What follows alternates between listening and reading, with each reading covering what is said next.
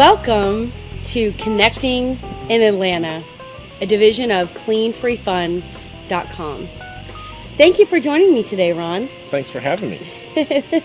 So you are a consultant, business coach, professional, relationship speaker, and international speaker. Thank you. And also an author. Yes. Tell us the name of your book. The name of my book is Stretch Yourself, Create the Relationships You Deserve, and it's about creating effective relationships in your business and life. Okay, that's awesome. So one of the things that we're going to be doing with Connecting in Atlanta is having a networking group, or I like to call them connecting group. And so when you've gone out to different networking groups and done your speaking engagements all across the world, would you find that the best type of environment to really make a connection with someone is something that's like a formal group, an informal, or a social? I think a more informal group would be the best way to do a connection when you're doing a networking event. And the reason why I say an informal is because formal, everybody's acting too stuffy, of course, too social, you get a lot of drinks involved and it just turns into a party, I personally feel. So I think if we keep it informal, keep it more concise, I think it would be more effective and more efficient. Okay, all right, that's awesome. So one of the other questions that I'd like to ask is, do you feel like at different types of networking events and so forth that individuals should have the opportunity to at least get up and speak about what they do, but talk about not necessarily just about what they do, but talk about the value that their company brings to either the business owners that are in there, society, or community in general? Well, I think that's a good idea if you're going to do that with your networking event, to have them come up and do like a 2-minute spiel about the value of their company.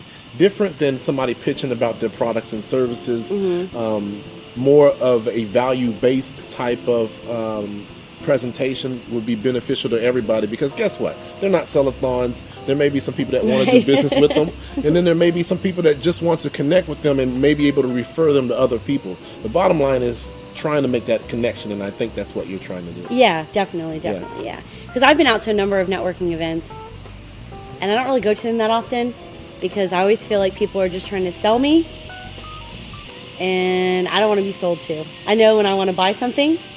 Yes. Yeah.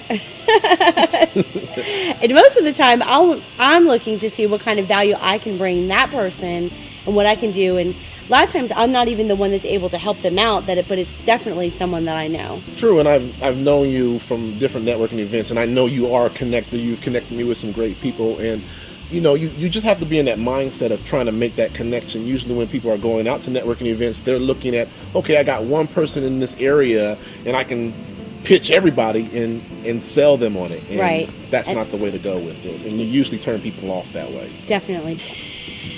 So one of my other questions is, do you think, like, when a lot of people are going out to these events, do you think they would be open to learning new business skills while they're connecting with individuals? Well, I mean, that's a two-part question. I mean, first of all, I think, if that person's in that right mindset, yes, they would be open. Any type of business owner that's out there would want to learn new styles and new techniques in order to enhance and grow their business. So I definitely would say yes. Again, on that other side of that coin, there may be some people that don't have that intention in mind. Again, it's going back to them just trying to sell their product or service. If they're going out to try to do that, then they're not going to be open for that. And then I don't think that's going to be the type of person that you want at your event anyway, I don't think. No, it's not that I wouldn't want them. I mean, if they wanted to come and experience and come in, then I definitely would allow them to come in. However, they probably wouldn't find it valuable for themselves. Right. They'll probably think, this is a waste of time. Right. So they're going to, I'm definitely not the networking event or connecting event that they would appreciate.